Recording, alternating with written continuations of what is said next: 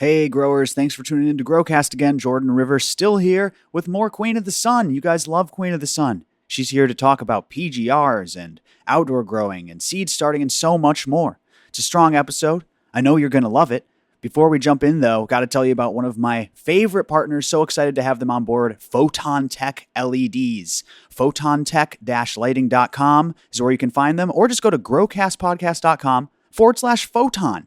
Use code GrowCast to get 5% off the incredibly powerful and efficient Photon Tech LED fixtures. Photon Tech is the licensed distributor of Lumitech, bringing Lumitech to North America. They have an in-house design team over in Europe, engineering their own products, innovating designs constantly. MJ Coco tested the Photon Tech X600. He said it was amazing. Shane Torpy tested the Zeus. The Lumitech Zeus 600 is the same thing as the Photon Tech 600 watt. And I believe Shane's exact words were, it's too good. Go check out those reviews. You'll absolutely love all of the Photon Tech series. They're also coming out with CO2 enhanced, even more powerful LED lights specifically to be run for CO2. Crazy how powerful these things are. I just hung up the 4x4, the 600. It's maxing out that tent. It's absolutely blasting. The LED bars are removable and magnetic, so that no problems there. You put it up, ships right to you. Select the discrete option, bing, bang, boom, no problem. A ton of light and unrivaled efficiency at growcastpodcast.com/photon. Use code GrowCast, everybody. If you're looking for a new LED, this is the one for you, Photon Tech. Thank you, Photon Tech. Thank you, listeners, for tuning in, and enjoy the program. Hello, podcast listeners. You are now listening to GrowCast. I'm your host, Jordan River, and I want to thank you for tuning in today. Before we get started, please share GrowCast with a friend, with a grower. I appreciate you spreading the show is how we grow. Subscribe so you catch every episode, and give us a good rating and review. I do appreciate it. Today we have show favorite, would definitely consider her a show favorite, Queen of the Sun back on the line. How is it going, Alexandria? Oh, it's going great. Can't complain. 70 degrees out in sunny California. I'm literally sitting under an oak tree right now in the sunshine, feeling it warming my back. So, wow. I want to hang up this call right now. That makes me so mad. We were talking off air and you didn't mention that. Oh my God, I'm so jealous is what I mean by that. Because if I just pull this curtain aside, I can look out to a massive blanket of snow.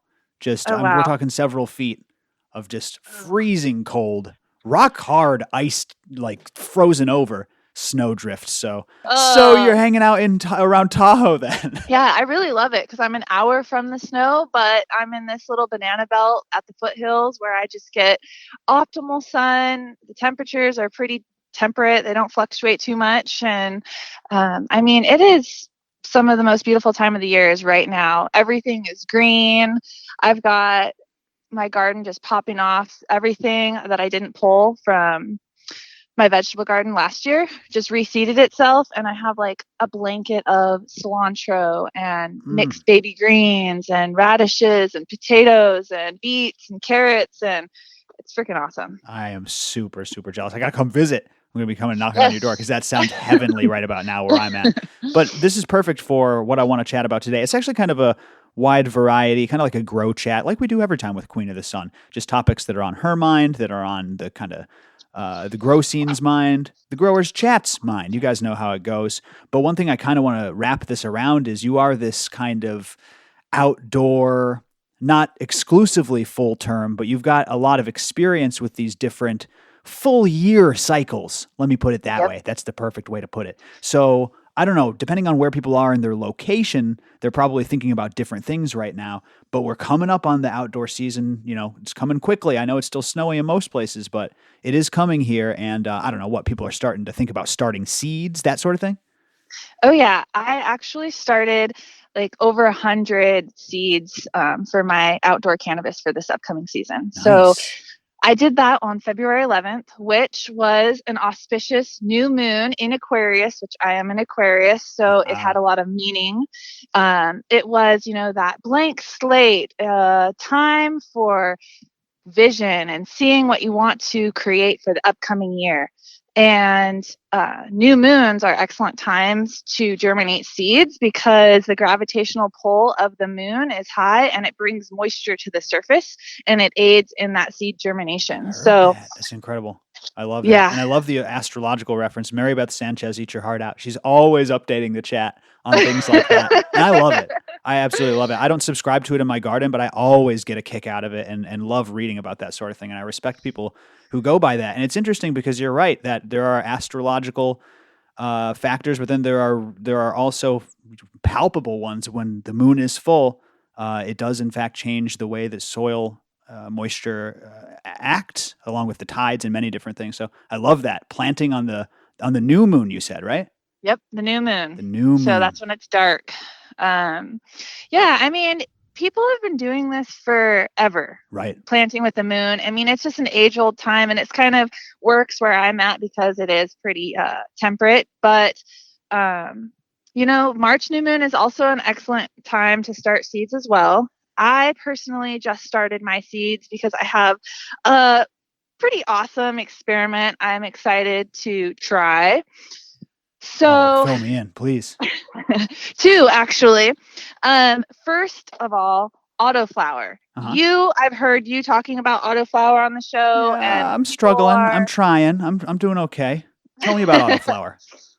Well, I was gifted a ton of autoflower seeds, and they're basically all Zamidelic Express crosses.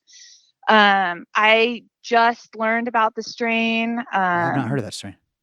Yeah, I had never heard of it either, so I'm excited to see what I get. But I have probably started like 50 autoflower seeds, maybe a little bit more. I don't know. First time type thing?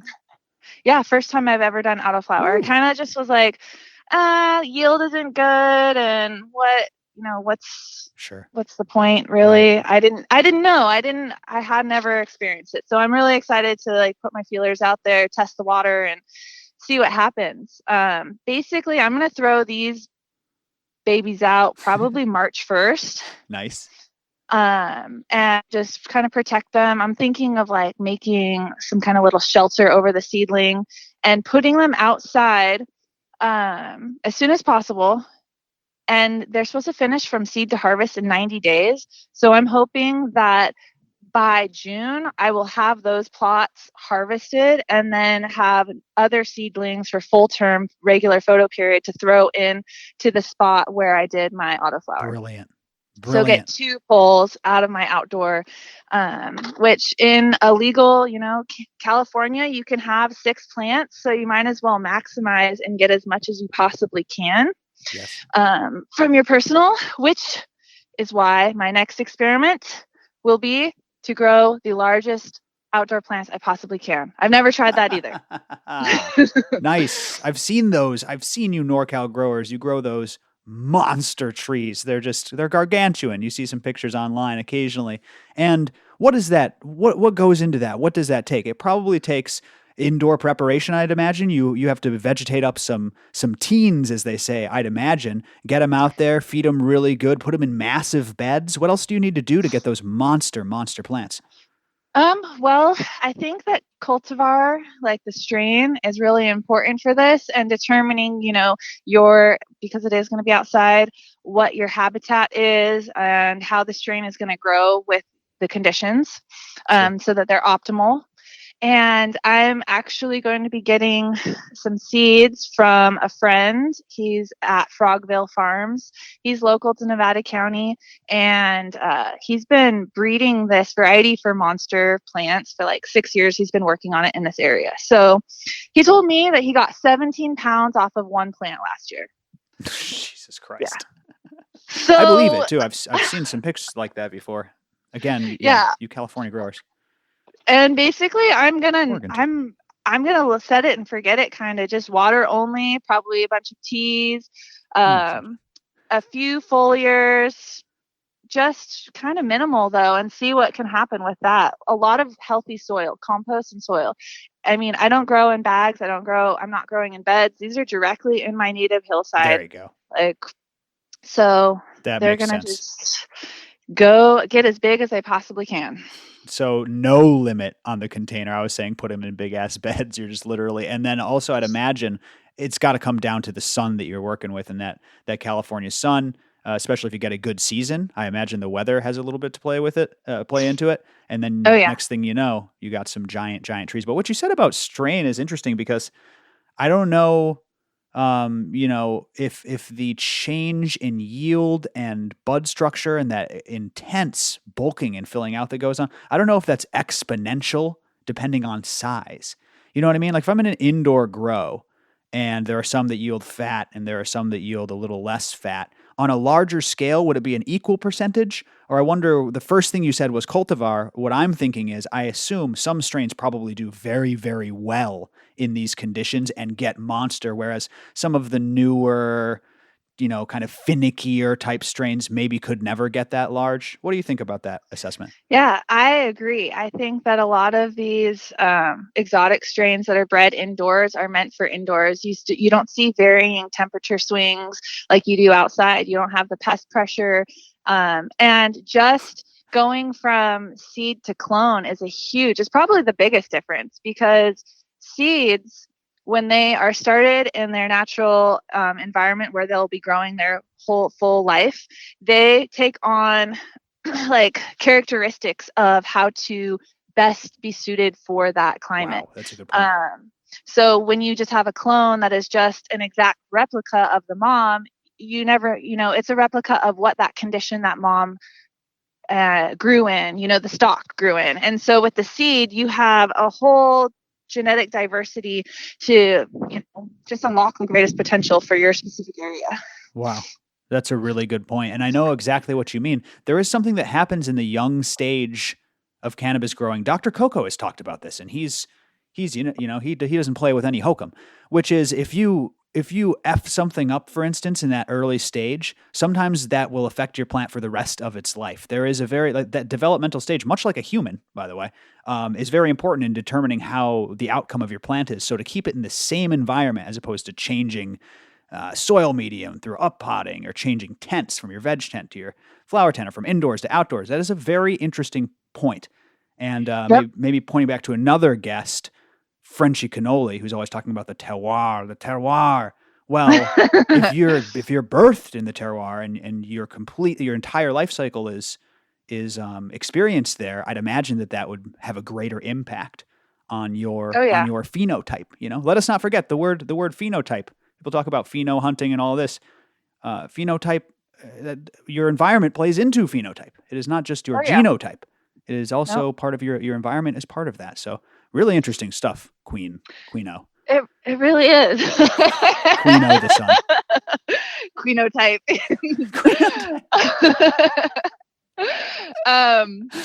Yes. So another great point I want to, let you guys, your listeners know, is that with the seed, you don't have to keep them in light, to keep them vegging.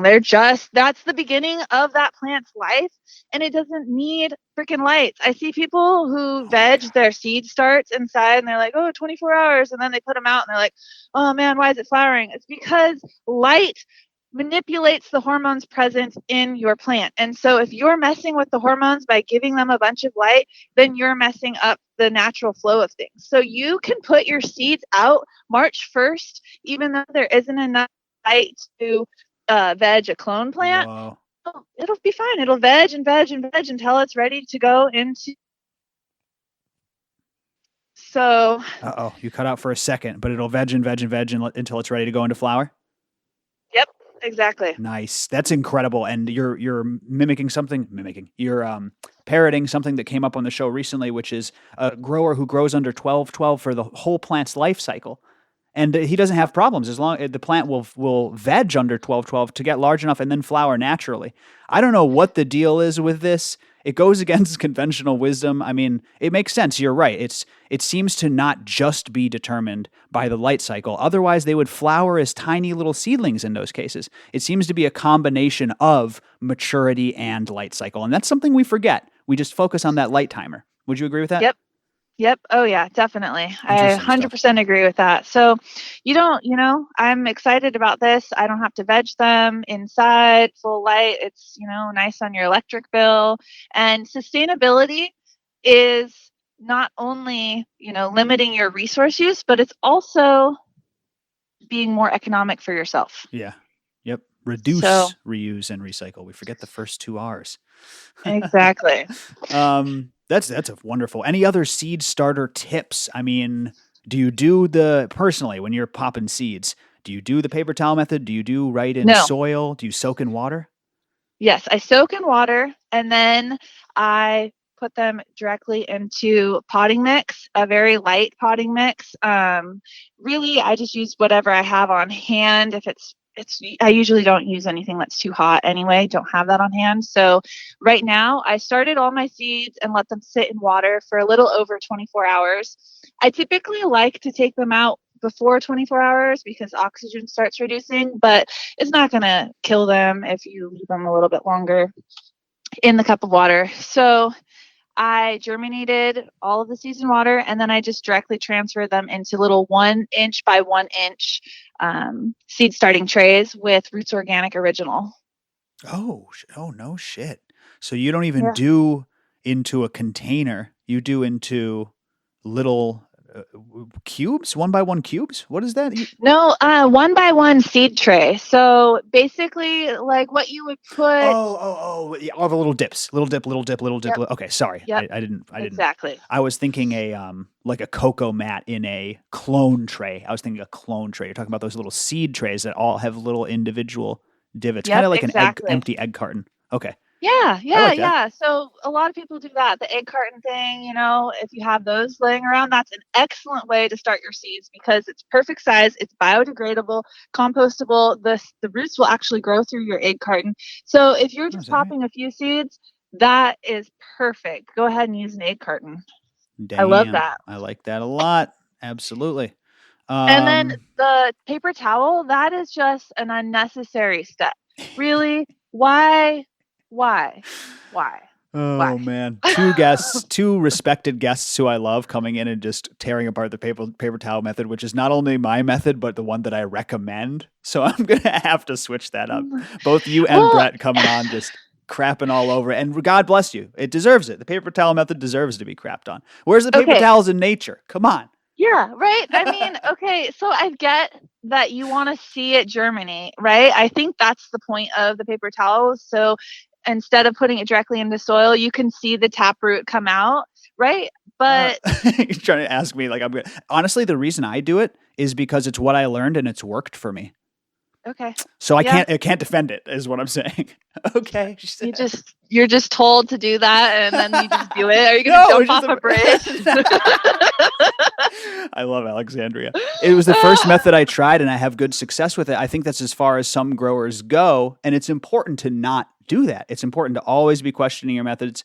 Can I do something even if it's not more effective? Like I said, I can be happy with my 100% rate, but is it A, unnecessary? Is it B, wasteful? Is it C, limiting your ability to expand your knowledge as a gardener? These are all things you should consider, and I can't defend the paper towel method. It just works well for me. It's my only defense. Okay.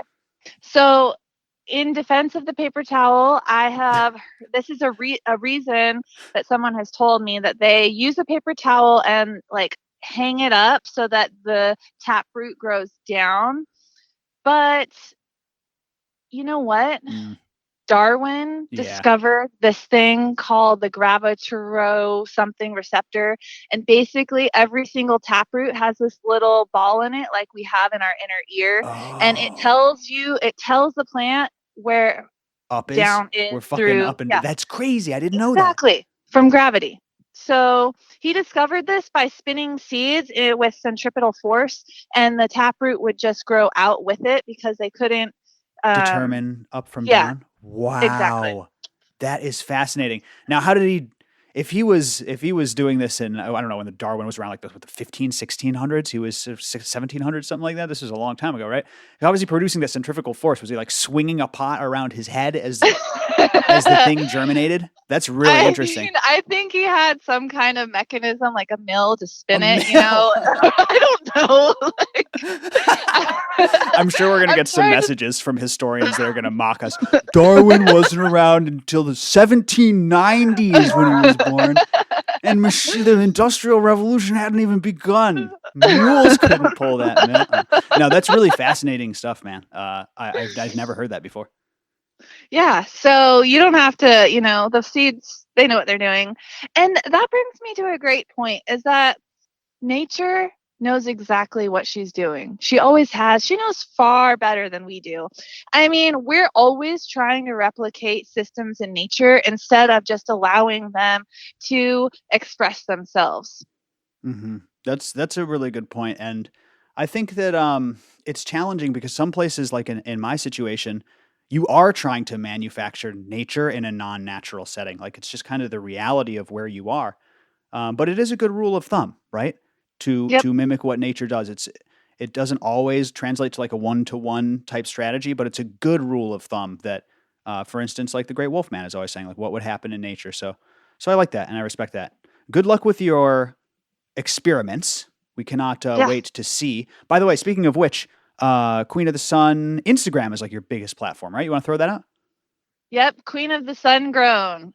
Check me out. I'm going to be posting photos of this experiment. It'll be updated all summer long. I have videos right now of my seeds that are just finally popping up.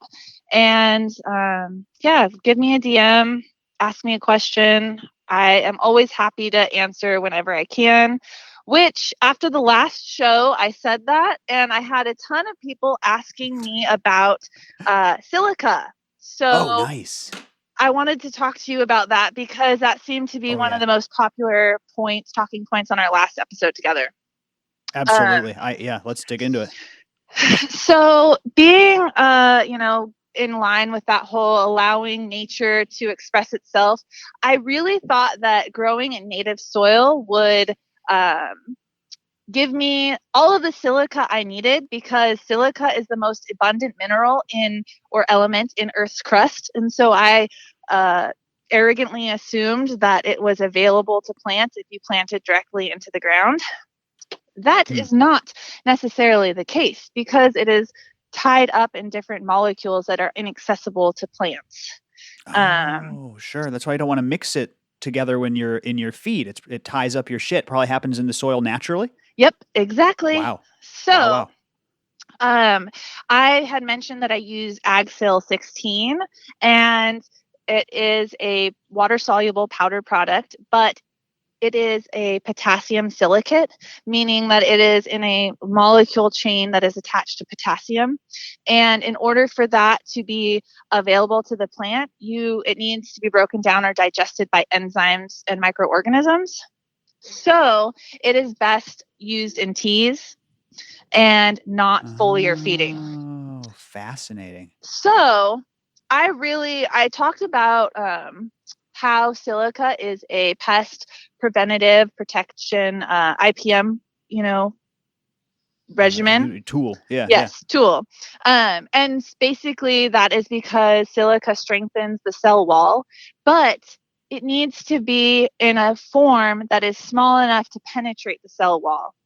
And so this is where monosilicic acid comes in.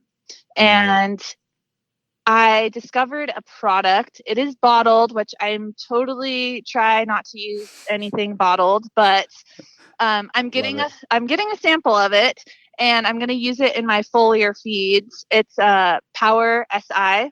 Oh yeah, we love Power SI. Absolutely. That's funny you say that. I just tentatively, don't start messaging me down the road, but I just tentatively booked an interview with these guys, and it's something that Travers has raved about and Rich uses. You're going to love that Power SI, and you're getting the liquid version, right? Yep. Oh man, that's where it's at. And I think they have a granular too, but that's a huge one. So what you're saying is the reason that it's in that silicic acid form is because it's not uptakeable in a normal form. It's kind of made available that way. Yep, exactly. It's a smaller. So you think about chemistry and how molecules are attached to each other. And so silica has a tendency to be in a molecule that is a longer chain, whereas mono, meaning one, silicic acid, meaning that it's a single chain molecule. And this will penetrate through the cell wall and is immediately bioavailable for the plant. Yeah, that's killer. Yeah, that stuff rocks. I'm so excited to try it. My buddy Buck Mountain Cannabis, he turned me onto it and basically said that it's, all of the things that I just said, but that it's also a blend of terpenes and other things are added in there as well. And he told me that after his first cycle of using it, when he did a heavy defoil, he didn't have a single nug pop off or branch break that was unnecessary or unwanted. He said that it was super strong. So I'm really excited to add this to my foliar regimen. Game changer. And again, I'm going to interview the guy, I hope, because my understanding is they recommend the granular for a living soil for a specific reason. I don't know. We're going to get into it. So I'm glad that Queen of the Sun is digging into the science behind it and gonna rip some power psi. By the way, Charles Darwin, not born until 1809. I was way off. I feel like an idiot. Oh, I was thinking, Columbus sailed the ocean blue, 1492. In my head, it's like, all those Europeans are going up and down South America in their fucking boats. I'd figured it was right after that, 1500, 1600. This dude wasn't even around till the 1800s. That's fascinating. Yeah, isn't that crazy? I am never going to forget what you said about the little lobe, their gravity detecting lobe. Yeah, it's incredible. It is pretty freaking awesome. I mean, but what's crazy is that now that you say that he wasn't born until, what'd you say, 1809? 1809, yeah. People didn't even believe in evolution until after, late into his life. That's mind blowing. Wow. Well, hold on. There's still people pushing back against that theory to this day, which is extra mind blowing. And it's the way history works is quite insane, because if you were, Archimedes is a bad example. Leonardo da Vinci, that was heresy. That type of knowledge. You were so smart, you were a fucking witch. So they kept a lot of that stuff secret. But yeah, you know what? Charles Darwin's going to be on my next documentary research list. Awesome. For sure. Because that's really cool. Anyways, you guys aren't here for my freaking Netflix recommendations. This is a fantastic episode as usual, Queen of the Sun. We love when you come on. I know you're going to be making some appearances here in the future, so we're stoked. We're stoked to have you. Before we return to Queen of the Sun, got to remind you guys, Sustainable Village with their code GrowCast, saving on their Blue Mat watering system and so much more. That code ends in just a few short days here on March 1st. So I want to remind you guys, if you're tired of having to go check your garden with your finger probe and the lift test, never being able to leave, time to upgrade to an automatic watering system like Blue Mat. It is cheap. It is effective with you got to go check out the technology explanation from Michael over at Blue Mat. Talks about the membrane and how it releases and keeps your soil perfectly wet. Blue Mat at sustainablevillage.com. Use code GrowCast for 10% off. That code only is active for a few more days until March 1st. Plus, they got a bunch of other sustainable ag solutions at sustainablevillage.com. Code GrowCast. All right, everybody, let's get back to the Queen.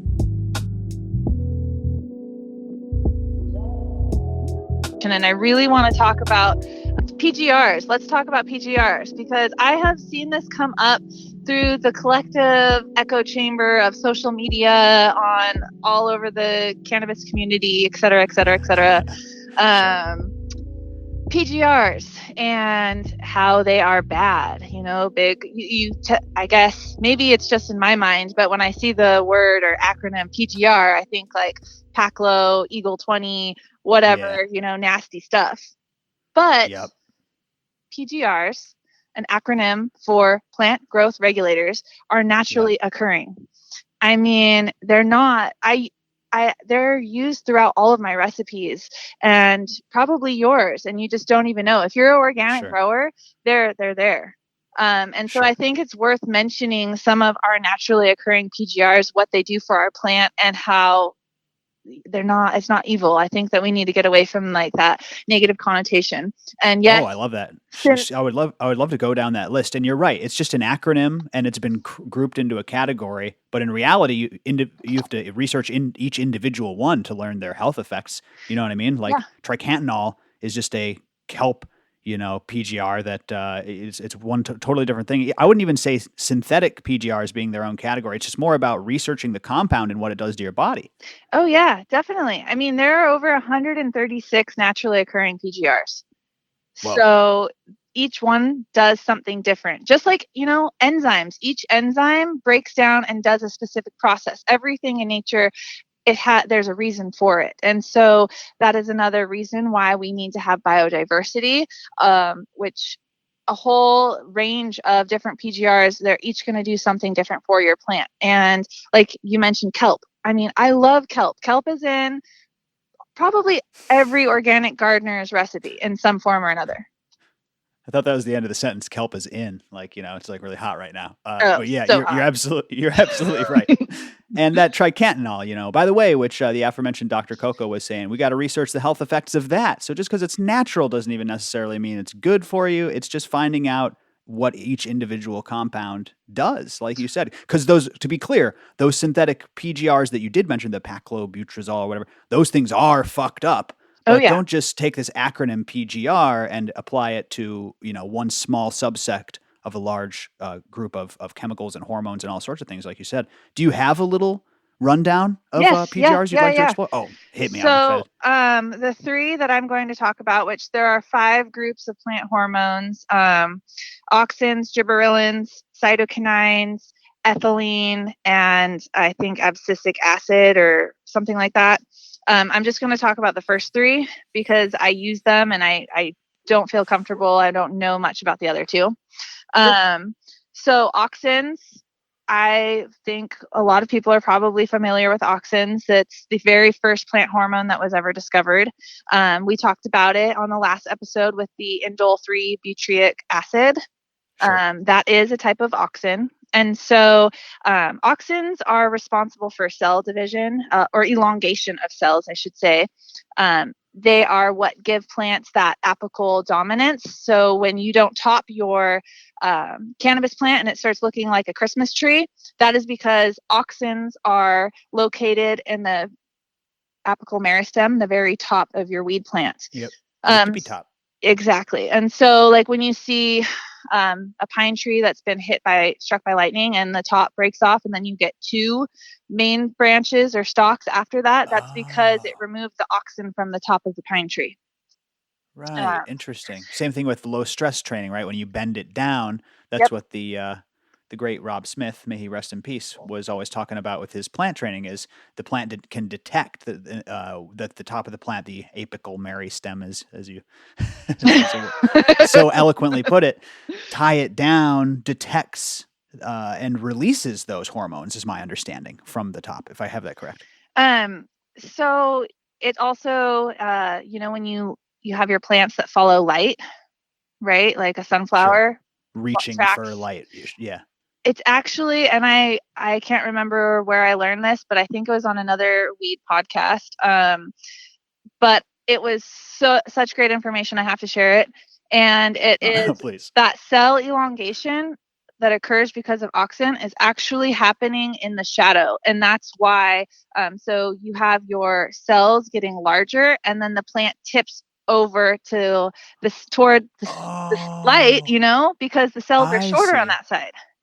So it's not twisting its body, it's expanding cells in a back side part of the shadow in order to whoa, that is fascinating. No, please feel free to bring anything. I'm not no other shows maybe mentioned on GrowCast.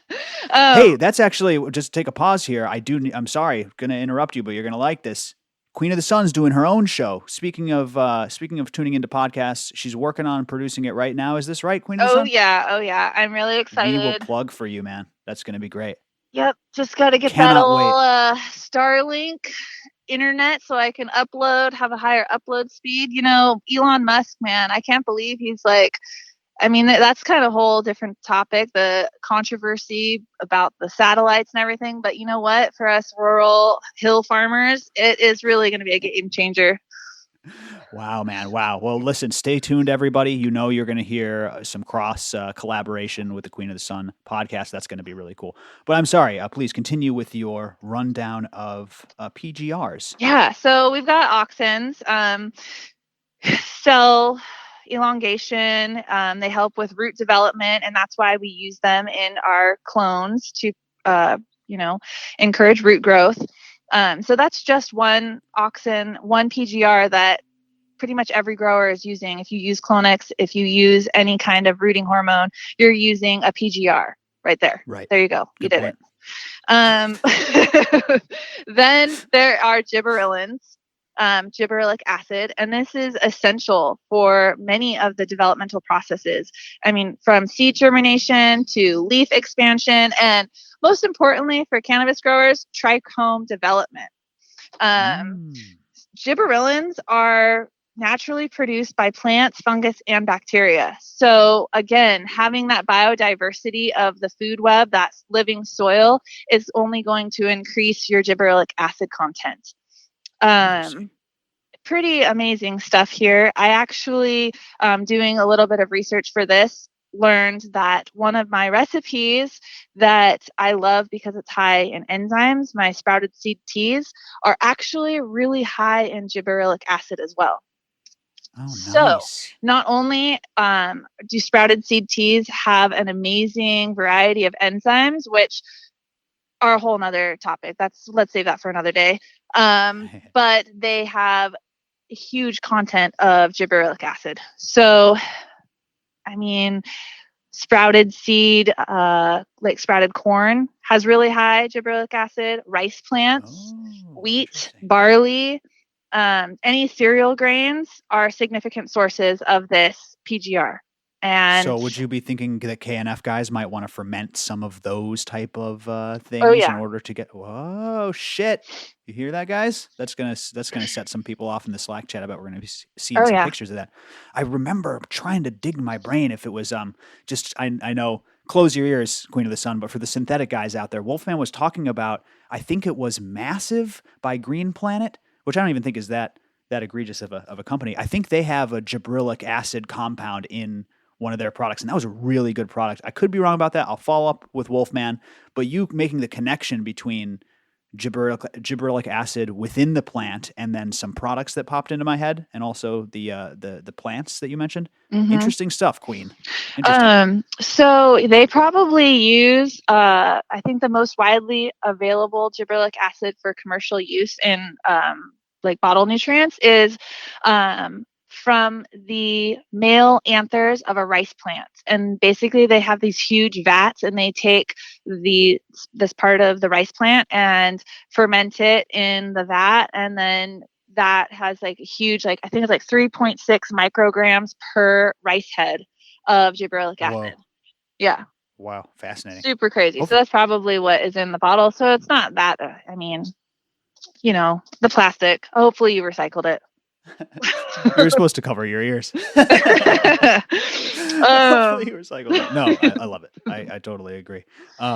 So yeah, gibberellic acid, that's another PGR that we're using. I mean, that is right there. You like that product you just mentioned. We probably, as growers, use it all the time and don't consider us, oh, I don't use PGRs. Well, actually you do there too.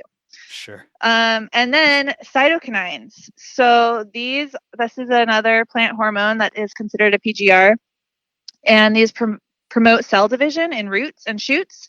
They also basically do the opposite of auxin by promoting axillary bud growth or lateral bud growth. So you get a bushier plant.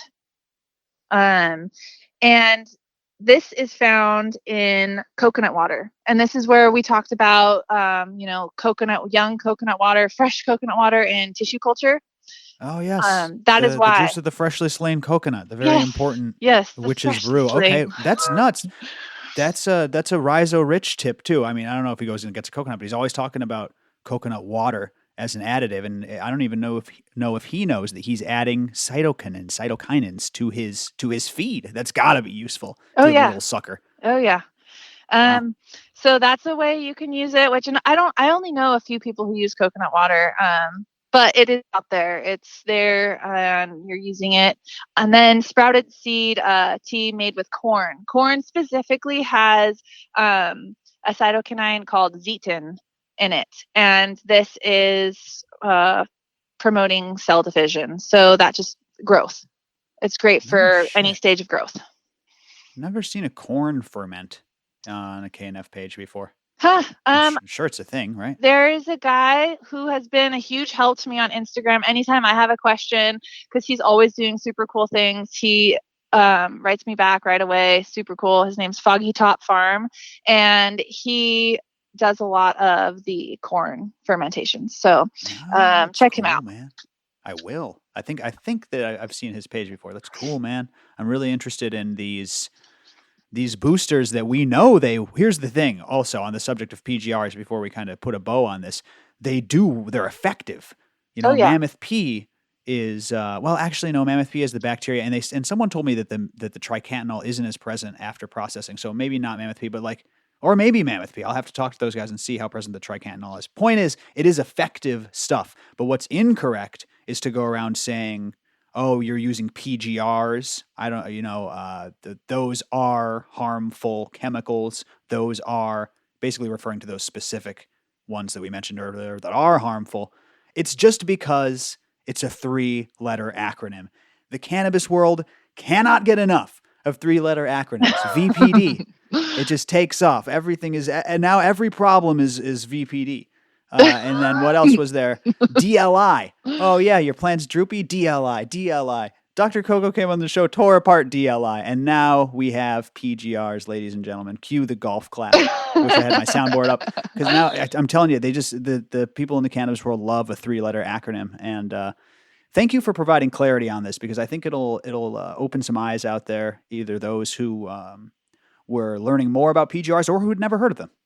Yeah, definitely. And so now that you know a few different naturally occurring ones, you can, decide if you are interested in making your own recipe, when you should apply certain things, like if it's elongation of roots, well then, in that first week of transplant, let's do a little tea that has some auxins in it or something like that. The transition where you want to see more bud sites. Let's use the gibberellic acid. Let's do a sprouted barley tea during this transition. So you can kind of just, DIY, there's another 3-letter acronym, your recipe with gibberellins and auxins and cytokinins. And these are proven plant hormones that are proven to help and proven to just increase your yield, your growth, a healthier, happier, stronger plant naturally. Oh man, I love it. What a wonderful bow on that topic. This was a great exploration today, Queen of the Sun. Thank you for educating as usual, making appearance on the show. We will have you back shortly, I am sure. Yeah, I'm excited. Always a pleasure to talk to you, and it definitely forces me to re-examine why I'm doing what I'm doing when I talk to you, because oftentimes I'm like, I know that I'm doing this for a reason, and then when I need to explain it to somebody else, it helps you. Teaching really does help you understand what you're doing. At least it does for me. 100% in everything. I've seen that in poker. I've seen that in growing. I've seen that in music. As you teach, it opens up new avenues of growth. Because sometimes you can kind of peak. If you start having success, you can kind of peak in your development of knowledge. But oftentimes what you need to do is actually take on a mentee, be a mentor to someone, or take a teaching position. That's big. Now, I'm still learning in the field of growing, so I do appreciate people like you, Queen of the Sun. One more time, shout out to your Instagram, would you? Yeah, Queen of the Sun Grown. So you can follow me there, and like I said, feel free to reach out for any tips and tricks or any help you might need. And I will be launching a Patreon, And this is basically for myself to organize all of this content, all of these recipes, all of these notes. I'll have a huge library of everything that I do available and organized. So, that's cool. because people have just been reaching out to me, and it's like I kind of been answering the same questions over and over. And I think this way will just be, an easy way for everyone to access it. I like the resources. I think that's one thing that, we've got a great show here. There's lots of great audio shows out there. I think one thing that's missing is a lot of resources, graphic resources, text resources. That's almost harder to come by than video and audio resources now. So I really like that library you're building. And we will talk more for sure down the road here. Awesome. Thanks, Jordan. Thank you. Everybody listening, thank you. Follow GrowCast at GrowCast. And we'll see you. Check out our Patreon at patreon.com/growcast. Beefed that one. I'm puffing on this vape pen. This is Queen of the Sun and Jordan Rivers signing off saying be safe out there and grow smarter. Awesome. That's our show for today. Thank you, Queen of the Sun, for coming on the show. Another stellar episode, if I do say so myself. Before we wrap it up, quick shout out to one of our most beloved partners, Delta Leaf Labs, the most affordable, fastest, accurate sex testing for your cannabis. DeltaLeafLabs.com. Use code GrowCast for free shipping on your tests. Comes out to like $9 a test. Free shipping with the code. Bing, bang, boom. Do not waste time. Do not waste soil and nutrients cultivating those males just so you can sex them and kill them. It is worth it to go to DeltaLeafLabs.com and use that code GrowCast. And we'll get more people from Delta Leaf back on, because those are some strong episodes that they show us the inside of the testing world. All right, everybody, stay tuned. We got some great stuff coming. Appreciate each and every one of you. We'll see you next time on GrowCast. Bye-bye.